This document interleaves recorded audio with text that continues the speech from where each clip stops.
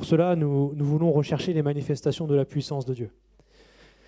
On a abordé dimanche après dimanche, réunion de prière après réunion de prière, différents thèmes, tous reliés à cette ligne directrice. Voici un rappel des prédications que vous avez eues ce dimanche. On va attendre un peu avant le slide, s'il vous plaît. Voici un petit rappel des prédications que vous avez eues depuis 2 mois. Le 1er septembre, nous avons abordé la rentrée en nous demandant si nous étions réellement attachés à Christ. Sinon, ça ne servait à rien de faire ce qu'on devait faire. Le 8 septembre, nous avons constaté que notre Église manquait de puissance. Et nous avons commencé à parler le 15 septembre des obstacles à la prière. Ensuite, le pasteur Gabriel Oleko est venu nous parler des miracles. Le frère Rogatien nous a parlé du 29 septembre du fait de prier sans cesse, qu'il ne fallait pas se relâcher, de la ferveur et du zèle. Le 6 octobre, nous avons continué à parler des obstacles à la prière. Le 13 octobre, notre frère Jean-Fils, qui est ancien, nous a parlé d'hypocrisie. Le 20 octobre, nous avons eu la joie d'accueillir le pasteur en formation, Fabrice Ekrabeck. Il nous a dit de rendre à Dieu ce qui lui est dû, la gloire et l'honneur. Et le 27 octobre, dimanche dernier, nous avons dit que Dieu était le rémunérateur de ceux qui le cherchent. Nous avons parlé pour cela du fait que nous devions avoir une foi biblique, une foi sincère. Et tous ces messages sont réécoutables, bien sûr, sur notre site internet, sur notre chaîne YouTube. Et tous ces messages, tous ces moments dans la présence de Dieu nous ont permis d'aller plus loin dans notre vie de prière. Et nous allons continuer ainsi, bien sûr, le temps nécessaire sur notre ligne directrice pour cette année. Et pour cela, nous devons revoir nos fondamentaux.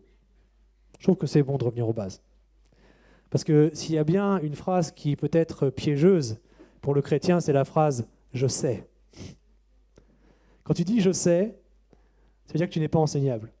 Et quand tu dis « je sais », tu considères pour acquis et inéluctable ce que tu as appris, alors que Dieu veut continuellement renouveler ton intelligence et renouveler les choses que tu apprends. Il y a des choses que nous savons et qui sont inéluctables. Nous savons que Jésus-Christ est mort et ressuscité. Nous savons qu'il revient bientôt. Nous savons que par ses meurtrissures, nous sommes guéris. Nous savons tout cela. Mais par rapport à la vie chrétienne, notamment par rapport à la prière, on ne peut pas dire « je sais ». Parce qu'il y a toujours des choses à apprendre. Nous allons donc revoir ces fondamentaux par rapport aux prières, à la prière. Et nous allons revoir ensemble les différentes formes de prière qui sont présentes dans la parole de Dieu. C'est le slide qui va s'afficher, vous pouvez y aller, la projection, merci beaucoup. La première forme de prière, c'est le jeûne. Il n'y a pas de hiérarchie, c'est pêle-mêle.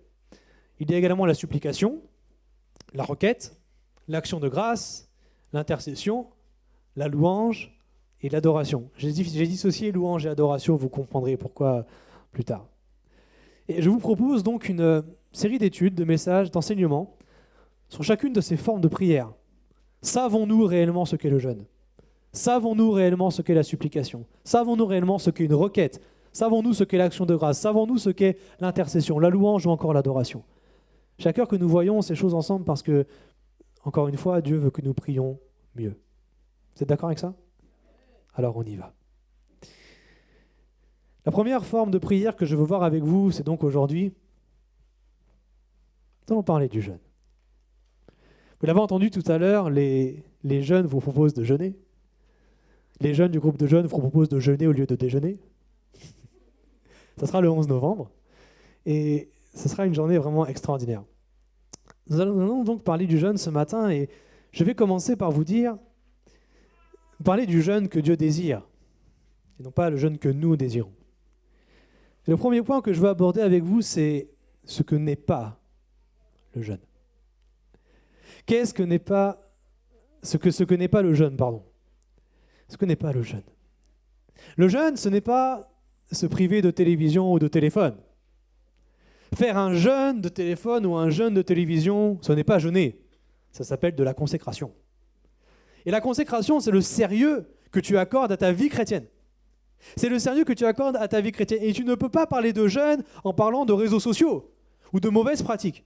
Parce que si tu as une addiction, admettons, aux jeux vidéo ou à autre chose, se priver de ces choses mauvaises n'est pas un jeûne. Si tu fais une pause et que tu reprends, ça s'appelle une pause. Et si tu veux arrêter définitivement, alors Dieu te délivre, alléluia.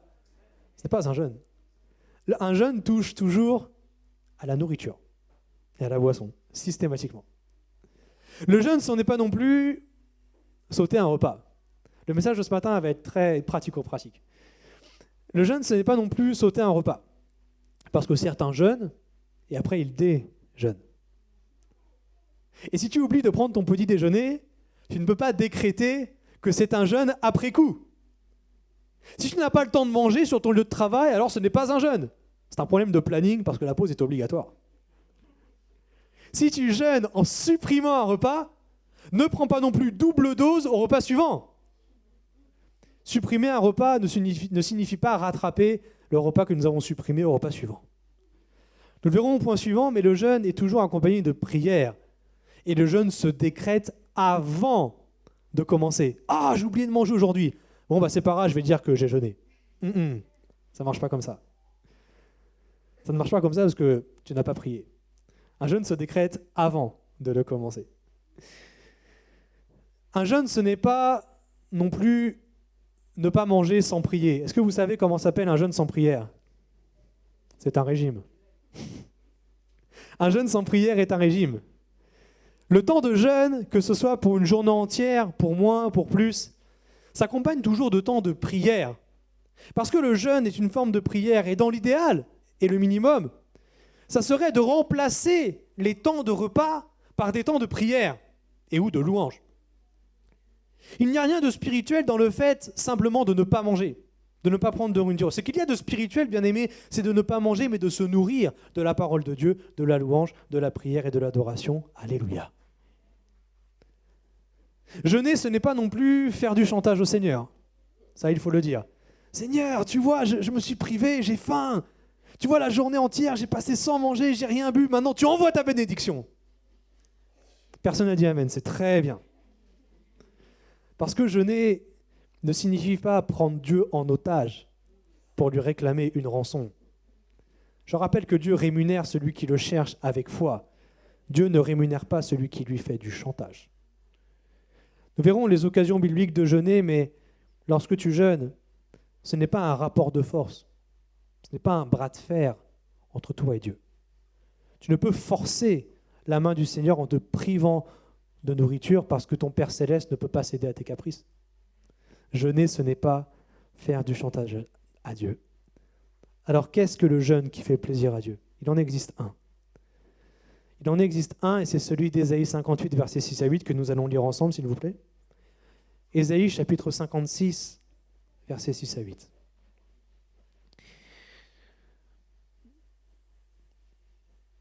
Voici le jeûne auquel je prends plaisir. Détache les chaînes de la méchanceté. Dénoue les liens de la servitude. Renvoie libre les opprimés et que l'on rompe toute espèce de joug. Partage ton pain avec celui qui a faim et fais entrer dans ta maison les malheureux sans asile. Si tu vois un homme nu, couvre-le et ne te détourne pas de ton semblable. Alors, ta lumière poindra comme l'aurore et ta guérison germera promptement. Ta justice marchera devant toi et la gloire de l'Éternel t'accompagnera. Alléluia. Le jeûne que Dieu désire, d'après l'hébreu tsom, c'est le mot pour jeûne, c'est tsom en hébreu. Le jeûne que Dieu désire, choisit, c'est le jeûne pendant lequel il y a des bonnes actions. Il y a des choses qui sont accomplies. Et ceux qui se comportent ainsi ont l'assurance d'être exaucés et d'être rémunérés par Dieu d'après le verset 8. Toujours d'après le sens hébraïque, cette réponse de Dieu est là pour contredire les versets précédents. Le jeûne que Dieu choisit n'est pas un jeûne décidé par des hommes, avec des hommes qui poseraient leurs conditions ou leur propre définition du jeûne. Lorsque nous jeûnons, bien aimés, nous devons nous conformer à ce que Dieu dit et pas à ce que nous pensons. D'où ce message. Le jeûne auquel Dieu prend plaisir, d'après les versets 6 et 7, comporte des bonnes actions. Détacher, dénouer, renvoyer. Lorsque nous jeûnons, Dieu est capable de nous délivrer. Dieu est capable de détacher, il est capable de nous renvoyer libres. Et lorsque nous jeûnons, la première chose que tu dois faire, c'est rechercher cela et l'annoncer aux autres. Dieu délivre, Dieu délie. Et Dieu est capable de délier n'importe quel lien, alléluia. Un autre exemple de bonne action que nous pourrions pratiquer lorsque nous jeûnons, c'est partager notre nourriture. Dans l'idéal, le repas que nous ne prenons pas, nous pourrions le donner à quelqu'un d'autre. Parce que c'est le jeûne auquel Dieu prend plaisir. Alors fais à manger comme tu as l'habitude. Mais alors que tu ne manges pas le repas que tu as préparé, tu peux aller le distribuer à qui tu veux. D'après le verset 6 et 7 encore, lorsque nous jeûnons, nous devons faire preuve d'hospitalité envers celui qui est malheureux. Si tu décrètes un jeûne dans ta maison, mon frère, ma sœur, accueille. Par contre, si tu accueilles quelqu'un, préviens-le que tu jeûnes. Parce que si tu accueilles quelqu'un à l'heure du repas, il va s'attendre à ce que tu lui serves à manger. Et si je ne le fais pas, il va y avoir des problèmes. Mais lorsque tu jeûnes, c'est l'occasion d'ouvrir ta maison. C'est l'occasion d'accueillir chez toi des hommes et des femmes qui sont dans le besoin, peut-être des frères ou des sœurs qui sont dans la tristesse. Tu leur dis, viens avec moi, on va prier, on va jeûner ensemble, on va chercher Dieu ensemble. Et ça, c'est une bonne action que l'Éternel voudrait que nous fassions. Ensuite, il est dit au verset 7, si tu vois un homme nu, couvre-le, ne te détourne pas de ton semblable. Ça m'a rappelé le Samaritain. Parce que lorsque nous jeûnons, nous devons être dans cette attitude d'entraide. Et lorsque nous jeûnons, Dieu permettra, et a permis déjà, que nous soyons confrontés à des hommes ou des femmes qui sont dans le besoin. Et c'est normal, et c'est tant mieux, parce que Dieu veut se servir de ton jeûne pour que tu aides celui qui en a besoin. Ça sert à ça, le jeûne. Ça sert à aider celles et ceux qui sont dans la difficulté. Le jeûne, ce n'est pas un acte religieux, c'est un état d'esprit. Le jeûne signifie vouloir devenir meilleur, s'humilier devant Dieu, être altruiste, le contraire d'égoïste. Lorsque nous jeûnons, il se passe une chose, c'est que nous affaiblissons notre corps physique. Et lorsque notre corps physique s'affaiblit, c'est notre esprit qui prend le dessus. En fait, le jeûne sert à inverser le rapport de force qui nous gouverne tous les jours. C'est notre corps qui, malheureusement, nous gouverne le plus souvent. Et lorsque nous jeûnons, nous disons à notre corps, maintenant, c'est le Saint-Esprit qui règne. Parce que la chair est faible et que l'esprit est bien disposé. Lorsque tu jeûnes, mon frère, ma sœur, tu dis à Dieu, Seigneur, je veux maintenir mon corps dans la faiblesse afin que ton esprit prenne le dessus sur ma vie. Et c'est pour ça que parfois notre corps nous fait souffrir lorsque nous jeûnons. Il est normal d'éprouver la faim. Mais nous pouvons, spirituellement, par la prière, tenir. Parce que justement, lorsque nous jeûnons, l'esprit prend le dessus sur notre chair affaiblie. Gloire à Dieu. Il y a plusieurs occasions de jeûne dans la parole de Dieu. D'après Jonas, chapitre 3, verset 7, nous jeûnons lorsque nous sentons venir, ou que nous sommes prévenus d'un jugement de Dieu. Que ce soit pour notre vie personnelle, ou pour une église entière, ou pour une nation, lorsque nous sentons la main de Dieu s'appesantir sur nous et que nous faisons des choses mauvaises, le jeûne peut être une réponse à ce que Dieu nous demande. C'est-à-dire nous repentir et lui demander pardon afin que le jugement de Dieu soit écarté. Le jeûne peut servir à cela. Un autre exemple d'occasion de jeûne, toujours biblique, d'après 1 Samuel chapitre 7, les Israélites ont jeûné parce que l'arche d'alliance n'était plus là. Il est également possible de jeûner, d'après ce livre, lorsqu'il y a un deuil national. En fait, lorsqu'une calamité publique s'abat sur une nation, le jeûne peut être une réponse. Et lorsque vous voyez notre nation qui est en difficulté, vous pouvez jeûner. Pour notre pays, vous pouvez jeûner afin que Dieu bénisse notre nation. Le jeûne sert à cela. Il est également possible de jeûner dans le livre des Actes, je n'ai pas noté les références, pardonnez-moi, mais il est possible de jeûner lorsque l'Église est persécutée. La persécution peut arriver, nous en parlerons mardi avec Judy Wang et l'église souterraine de Chine. En ce moment, notre Église est relativement tranquille, je vous le dis. Qui sait combien de temps ça durera? Je pense dans un climat de peur, loin de là, mais nous devons nous estimer heureux que les choses se passent ainsi pour nous aujourd'hui. Les seuls mini-problèmes que nous pourrions avoir, ça serait éventuellement avec le voisinage. Nous sommes en copropriété, mais nous prions pour eux et nous faisons le nécessaire afin que le bruit soit réduit. Mais dans tous les cas, mon frère, ma sœur, aujourd'hui, notre Église n'est pas dans une grande persécution. L'État n'est pas contre nous. Et nous pouvons jeûner lorsque l'Église est en état de persécution et nous pouvons également jeûner pour les églises qui sont persécutées, même si ce n'est pas la nôtre. Le jeûne sert à prier pour eux et à avoir compassion d'eux. D'après Zacharie 8, 19, lorsque nous jeûnons, cela peut aussi se faire dans les situations de tristesse. Parce que lorsque tu jeûnes, tu pries. Et quand tu pries, tu tournes tes regards vers Dieu. Et qu'est-ce qui se passe lorsque tu tournes tes regards vers Dieu? Ton visage est rayonnant de joie. Et lorsque ton visage est rayonnant de joie, ça veut dire que la tristesse a été vaincue, gloire à Dieu. Donc lorsque tu es triste, bien-aimé, tu peux jeûner. Un jour, 2 jours, le temps que tu décideras. Mais dans tous les cas, le jeûne peut être extrêmement utile afin que la tristesse recule et que la joie soit dans ta vie. Merci Seigneur. D'après Daniel chapitre 10, verset 1, le mot qui est employé dans ce verset, c'est calamité. Lorsque nous avons le sentiment, c'est spirituel là, okay. Lorsque nous avons le sentiment qu'il y a un danger imminent qui s'approche de nous, que ce soit dans notre vie personnelle, dans notre vie d'église ou dans notre nation, la réponse, c'est le jeûne. Alors, je précise une chose, comme le jeûne, ce n'est pas faire du chantage à Dieu. Lorsque tu jeûnes parce que tu sens qu'un danger imminent, ce n'est pas parce que tu jeûnes que le danger sera écarté. Si Dieu désire que nous vivions une épreuve, nous la vivrons, jeûne ou pas jeûne. Mais lorsque tu jeûnes, lorsque tu sens un danger approcher, une épreuve arriver, cela te prépare à négocier l'épreuve. Et lorsque tu jeûnes, peut-être que Dieu va écarter le danger, alléluia. Mais si tu jeûnes et que Dieu permet que la circonstance difficile arrive, alléluia quand même. Parce que c'est une épreuve voulue par Dieu. Et les épreuves voulues par Dieu sont là pour faire grandir notre foi. Alors lorsque tu jeûnes parce que tu sens un danger dans ta vie, peut-être certains vont jeûner parce qu'ils sentent qu'il y a un plan social dans leur entreprise. Peut-être certains vont jeûner parce qu'ils sentent qu'aux prochaines élections, ça peut mal se passer. Je ne sais pas.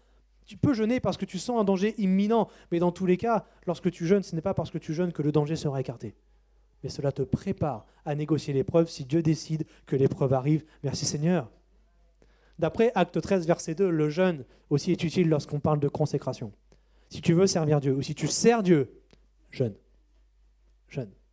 Ça te met à part. La consécration, c'est être mis à part pour Dieu. C'est la sanctification, c'est pareil. Et lorsque tu jeûnes, tu dis, Seigneur, je veux te servir. Je veux te servir, Seigneur, je veux me consacrer à toi. Je désire te servir ardemment. Et le jeûne peut être une forme de prière, parce que tu pries lorsque tu jeûnes. Ça peut être une forme de prière pour dire à Dieu, Seigneur, je suis disponible pour toi. D'après Acte 13, chapitre 2. Et nous avons établi avec le département intercession, les sentinelles et aussi Jean-Marc de l'instruction au baptême que les futurs baptisés jeûneront 3 jours avant leur service de baptême. Le service de baptême sera le 1er décembre et jeûneront vendredi, samedi et dimanche. Merci Seigneur. Avant une étape importante de ta vie, le jeûne peut être une réponse. Alors au début de l'année, je vous ai dit préparez-vous à prier beaucoup. Maintenant je vous dis préparez-vous à avoir faim parce que nous allons jeûner.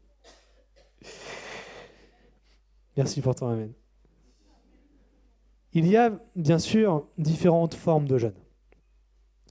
Quel jeûne est-ce que je dois effectuer ? Nous allons aller dans le côté pratique ce matin. Tu peux commencer par supprimer un repas. Mettons, tu te lèves, tu dis voilà, aujourd'hui je décrète un jeûne, je ne déjeune pas. Ça ne veut pas dire qu'à 15h tu reprends ton déjeuner. Que tu le reprends à 17h et que tu dînes à 20h. Si tu supprimes un repas, tu supprimes un repas. Et lorsque tu fais cela, ça peut être une première étape. Tu continues à manger normalement, tu continues à boire de l'eau normalement, tu supprimes juste un repas, puis tu en supprimes 2, puis 3, puis 4, puis 5, puis 6, etc. Et au fur et à mesure des années, tu verras que le temps de jeûne augmentera et ça sera vraiment bénéfique pour toi. Il est important de ne pas présumer de ses forces et d'aller à son rythme.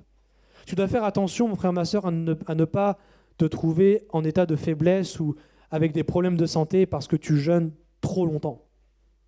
Tu dois avoir cette sagesse de dire « je ne me sens pas bien, je commence à avoir quelques vertiges, j'ai des migraines, maintenant je décide d'arrêter de jeûner parce que je sais que si je continue, je vais avoir des problèmes de santé. » Faites preuve de sagesse, bien aimé.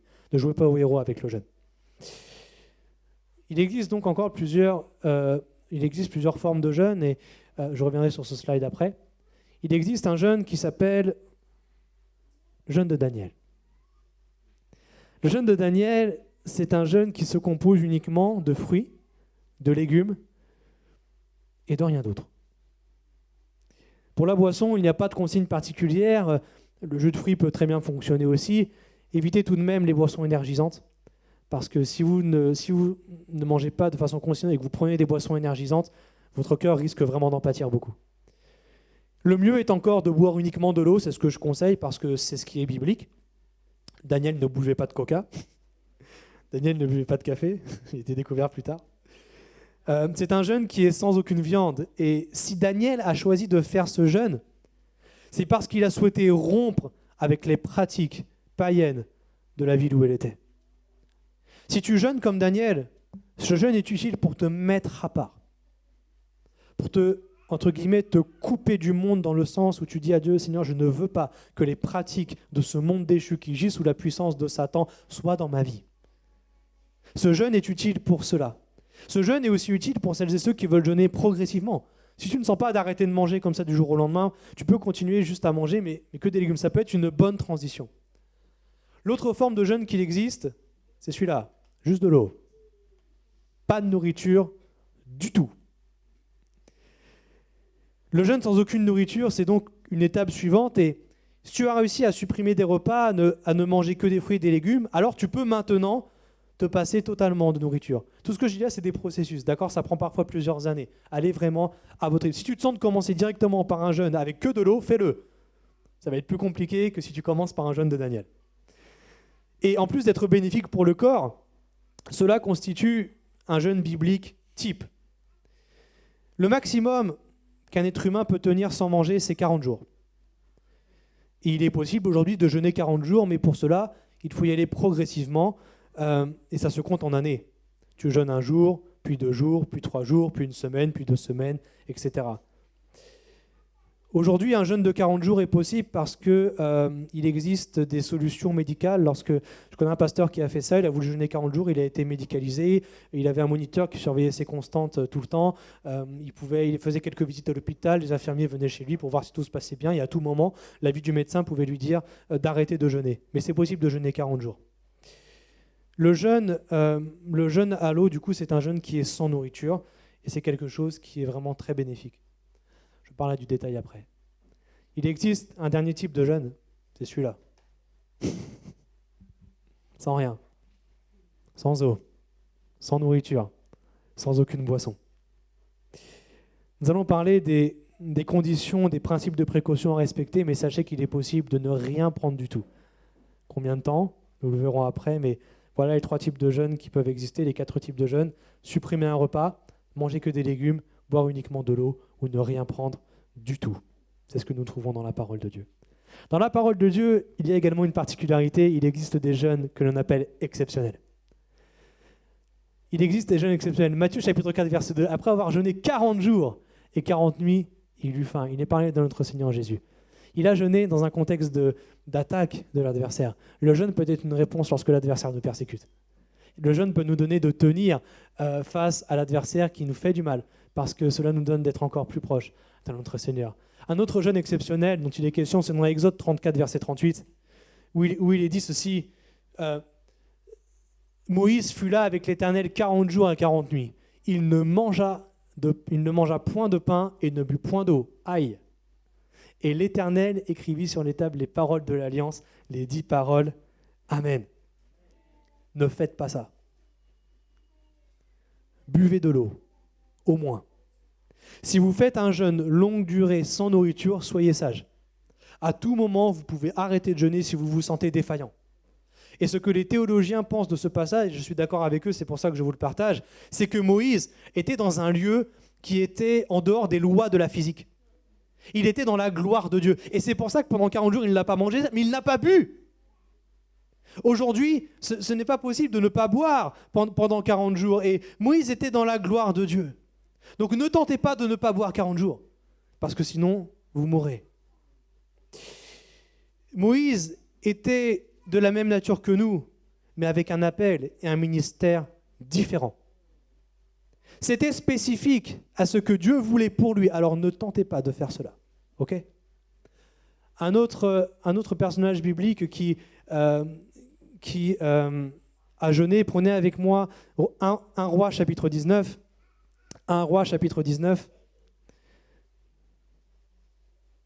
1 Roi chapitre 19, verset 8, il est dit « Il se leva, mangea et but, et avec la force que lui donna cette nourriture, il marcha 40 jours et 40 nuits jusqu'à la montagne de Dieu, à Horeb. Amen. » Il est question de Élie. Et si Élie n'a pas mangé pendant tout ce temps, c'est grâce à la nourriture surnaturelle qu'un ange lui a apportée. Si cela t'arrive, gloire à Dieu. Sinon, fais attention à toi. Si Dieu veut que cela t'arrive, cela t'arrivera. Et Élie a pris cette nourriture parce qu'il avait besoin d'être fortifié. Et le jeûne qui a suivi lui a permis de remonter la pente parce que Élie était au fond du trou, il avait envie de mourir à cause de la persécution de Jézabel. Mon frère, ma soeur, si tu sens ton moral, mais au fond du gouffre, jeûne. Jeûne, tu dis à Dieu, voilà, je ne vais pas bien, Seigneur. Je suis triste, je suis déprimé. Et je prends un temps de jeûne pour que tu me rendes ma joie, Seigneur. Il le fera. Il le fera parce que c'est ce que Élie a vécu. Le jeûne est bon pour retrouver courage. Le jeûne est bon pour retrouver courage. Et ce temps était pour lui une préparation parce que suite à ce jeûne, Élie a entendu directement la voix de Dieu dans la caverne. Lorsque tu jeûnes, mon frère, ma sœur, attends-toi à ce que Dieu te parle directement. Alléluia. Alors, je vais vous donner quelques principes de précaution pour le jeûne. Quelques principes de précaution. Le premier, c'est si vous prenez des médicaments.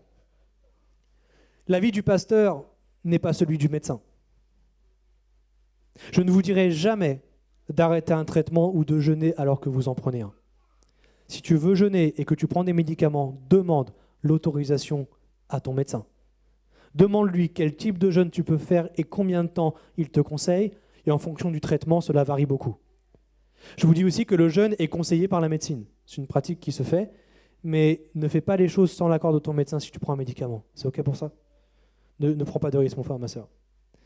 Également, si tu attends un bébé, si tu es enceinte, tu ne dois pas jeûner. Parce que si tu ne manges pas, alors ton bébé ne mange pas non plus. Et tu as le temps avant de consacrer tes enfants à l'Éternel. Ils pourront jeûner plus tard. Ils ne sont pas obligés de le faire dès le ventre de sa mère, ce serait très dangereux. Tu as le temps avant d'enseigner cette forme de prière à tes enfants. Ne jeûne pas lorsque ton enfant est dans ton ventre. Tu peux prier afin que, comme Jean-Baptiste, ton bébé soit rempli du Saint-Esprit dès le ventre de sa mère. Ça, c'est possible, merci Seigneur. Mais ne le fais pas jeûner, parce que ça serait très dangereux pour lui. Par rapport au jeûne sans eau, écoutez-moi bien, soyez très attentifs. Pas plus de 2 jours. Pas plus de 2 jours, pas plus de 3 jours, pardon, excusez-moi, parce que au-delà de 3 jours, vous pouvez avoir des lésions cérébrales irréversibles. Ce jeûne sans eau, sans nourriture, sans rien, doit durer maximum 3 jours. Si tu ne bois pas pendant 1 semaine, tu meurs. Sans eau, au-delà de 3 jours, ton cerveau subit des lésions irréversibles. Sois sage, mon frère, ma soeur. Alors tu peux commencer par un jeûne sans eau, sans rien, et au bout de 3 jours, tu peux enchaîner par exemple avec un jeûne de Daniel ou reprendre de l'eau. D'accord ? Mais en aucun cas, je suis formel par rapport à ça et je reste très ferme, bien aimé. Tu ne peux pas te passer d'eau pendant plus de 3 jours. D'accord ? Soyez au clair avec ça. C'est vraiment pour votre sécurité que je vous dis ça. Par rapport à la durée du jeûne doit être progressive. Je te conseille de commencer par un jeûne de Daniel, le temps qu'il faudra, 1 semaine, 2 semaines ou parfois 1 mois. Pour certains, ils l'ont fait ici. Tu peux également commencer par supprimer un repas et petit à petit, en alternant jeûne de Daniel et sans rien manger, mais toujours avec de l'eau, tu peux allonger la durée de ton jeûne. Ce n'est pas une course. Tu peux te réserver le droit d'arrêter à tout moment si tu as des vertiges. Alors je tiens à vous prévenir, pour celles et ceux qui n'ont jamais jeûné, qui voudront le faire suite à ce message, les premiers effets du jeûne, au-delà de la sensation de faim, c'est le mal de tête. Et lorsque tu jeûnes, tu as des mal de tête au début, et si tu pries, Dieu les enlève. Et plus tu jeûnes, plus ces mal de tête s'estomperont jusqu'à un temps où tu auras tellement l'habitude de jeûner que tu n'auras même plus mal à la tête. Et ça, c'est normal parce que c'est ton corps qui réclame. Mais ne te laisse pas déstabiliser par ça. Jésus lui-même nous donne des consignes sur le jeûne. Matthieu chapitre 6, verset 16 à 18. Lorsque vous jeûnez, ne prenez pas un air triste, comme les hypocrites qui se rendent le visage tout défait pour montrer aux hommes qu'ils jeûnent. Je vous le dis en vérité, ils reçoivent leur récompense. Mais quand tu jeûnes, parfume ta tête, lave ton visage, afin de ne pas montrer aux hommes que tu jeûnes, mais à ton Père qui est là dans le lieu secret, et ton Père qui voit dans le lieu secret te le rendra. Merci Seigneur. À moins que tu jeûnes avec plusieurs personnes, cela ne doit pas se savoir que tu jeûnes.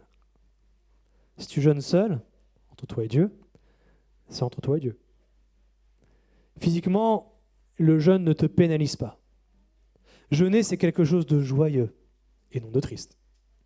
Tu peux jeûner et garder le secret, sauf si quelqu'un te demande si en ce moment tu jeûnes. Là, fais preuve d'honnêteté, tu dis « je jeûne ».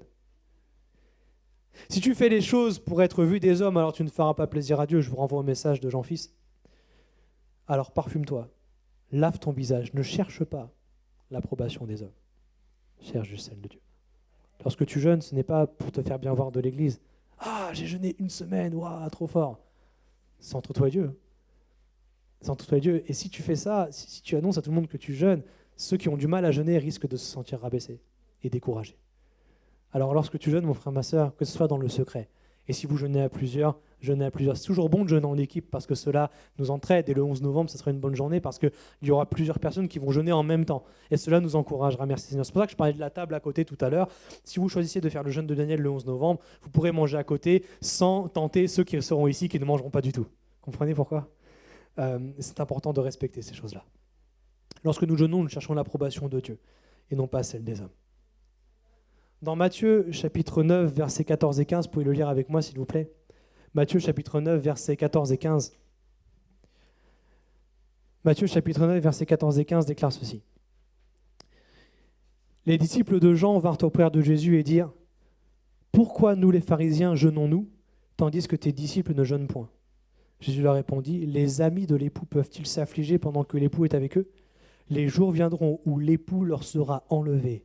Alors, ils jeûneront. Amen. » Nous jeûnons parce que Jésus est au ciel. Alors que celles et ceux qui ont faim se rassurent, dans l'éternité, nous mangerons. Et le premier repas auquel nous sommes invités, c'est le repas du mariage de Jésus avec son Église. Gloire à Dieu. Mais en attendant, nous jeûnons parce que l'époux nous a été enlevé. Il reviendra. Jésus reviendra. Il reviendra plein de gloire sur les nuées du ciel, au son de la trompette de l'archange, et il nous prendra avec lui afin que nous soyons à ses côtés pour toujours. Merci Seigneur. Le jeûne nous permet de nous préparer au retour de Jésus. Le jeûne nous permet d'avoir les yeux fixés sur le vrai objectif, sur Christ, et sur son retour prochain parce que nous croyons que Jésus revient bientôt. Alléluia. Alors avant de vous donner ma conclusion, je pense que ce message a soulevé des questions. C'est un message un peu différent de d'habitude, mais il était vraiment nécessaire. Nous aurons un temps de questions après ce message. Si vous souhaitez discuter de cela, nous pourrons prendre quelques minutes avant la fin du culte afin d'échanger sur le jeûne. J'aimerais vous entendre. Alors en conclusion, je dirais ceci. C'est à vous de jouer. C'est à vous de choisir. Vous choisissez le type de jeûne que vous voulez faire. Supprimer un repas, jeûne de Daniel, uniquement de l'eau ou rien du tout pendant 3 jours maximum. Et ensuite, vous choisissez la durée, sachant que cette durée peut être interrompue à tout moment si vous vous sentez mal. Le fait d'arrêter un jeûne, ce n'est pas un échec. C'est un apprentissage. Et plus vous allez jeûner, plus votre corps sera habitué. D'accord ?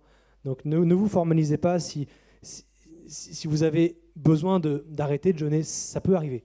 Okay ? Ne tombez pas dans la culpabilité. Choisissez le jeûne que vous voulez effectuer librement et on se retrouve donc après ce culte pour un temps de jeûne et prière. Le lundi 11 novembre, nous nous retrouverons ici pour jeûner à l'initiative des jeunes et je bénis Dieu pour cela.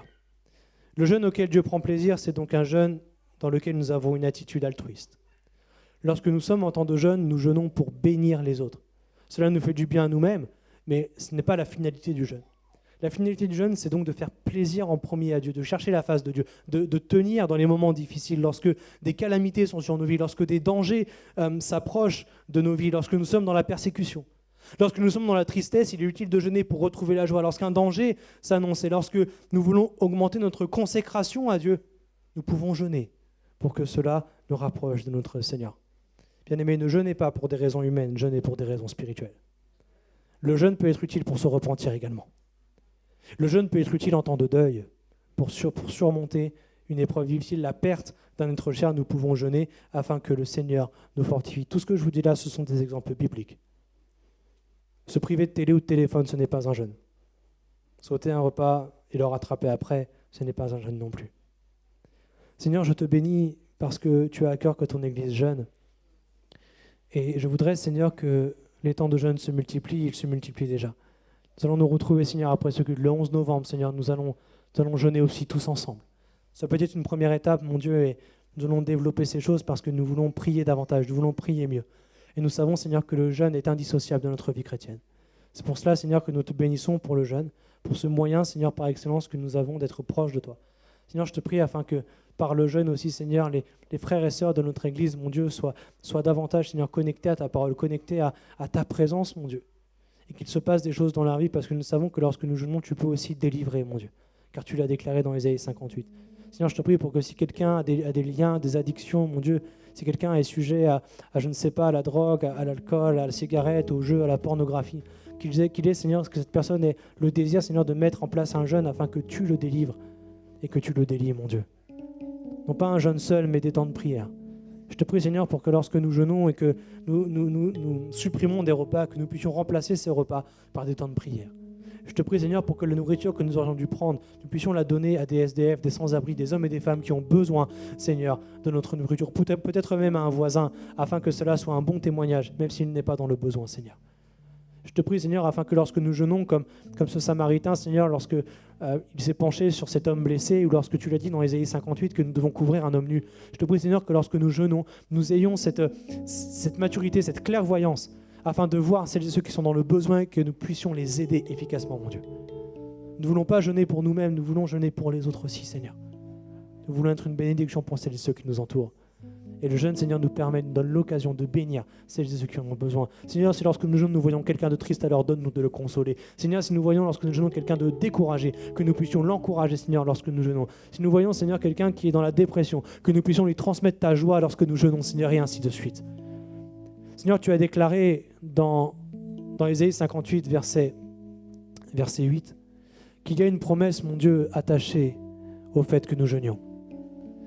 Et cette promesse, Seigneur, c'est que notre lumière poindra comme l'aurore et que notre guérison germera promptement. Seigneur, tu es notre justice et lorsque nous jeûnons, tu nous dis que tu marches devant nous. Seigneur, tu es porteur de la gloire de Dieu et tu nous accompagnes lorsque nous jeûnons. Alors nous voulons jeûner pour voir ta gloire. Nous voulons jeûner pour te voir marcher avec nous, devant nous, derrière nous, à nos côtés. Nous voulons jeûner pour que tu nous portes lorsque nous sommes fatigués de cette vie, mon Dieu. Seigneur, je te prie pour celles et ceux qui ont besoin de guérison, d'après ce verset. Tu nous dis, Seigneur, c'est un principe spirituel, je ne connais pas le mécanisme, mais ce n'est pas important. Nous ne sommes pas là pour comprendre, mais pour croire. Seigneur, je voudrais que celles et ceux qui sont dans la maladie et qui jeûnent soient guéris en ton nom, Jésus. Tu as dit que lorsque nous jeûnons, notre guérison germera. Et elle germera promptement. Seigneur, tu peux guérir instantanément, tu peux aussi guérir sur une période plus ou moins longue. Mais dans tous les cas, Seigneur, je sais que lorsque nous jeûnons, notre guérison germe. Seigneur, que celles et ceux qui sont dans la maladie au milieu de nous aient à cœur de prendre un temps de jeûne afin que leur guérison germe et que leur corps soit assaini par ta seule main, Jésus. Nous te bénissons, nous te rendons grâce et gloire. Que ton nom soit béni. Merci pour le temps de jeûne qui vient, Seigneur, ce midi. Merci pour le temps de jeûne qui vient le 11 novembre. Nous te demandons, Seigneur, de nous préparer à cela. Merci, Seigneur, de nous donner de jeûner dans nos maisons, de jeûner dans nos familles, avec nos conjoints, avec nos enfants. Que ton nom soit béni, Seigneur. Manifeste-toi par le jeûne et la prière de ton peuple, parce que nous avons besoin de nous humilier devant toi, de reconnaître notre insuffisance. Nous avons besoin de reconnaître notre péché et de te demander pardon, de nous repentir au moyen du jeûne, mon Dieu, parce que nous voulons simplement être consacrés à toi. Tu es notre Dieu et nous n'avons pas d'autre Dieu que toi. Alléluia, Jésus, amen. Amen. Est-ce que certains ont des questions ?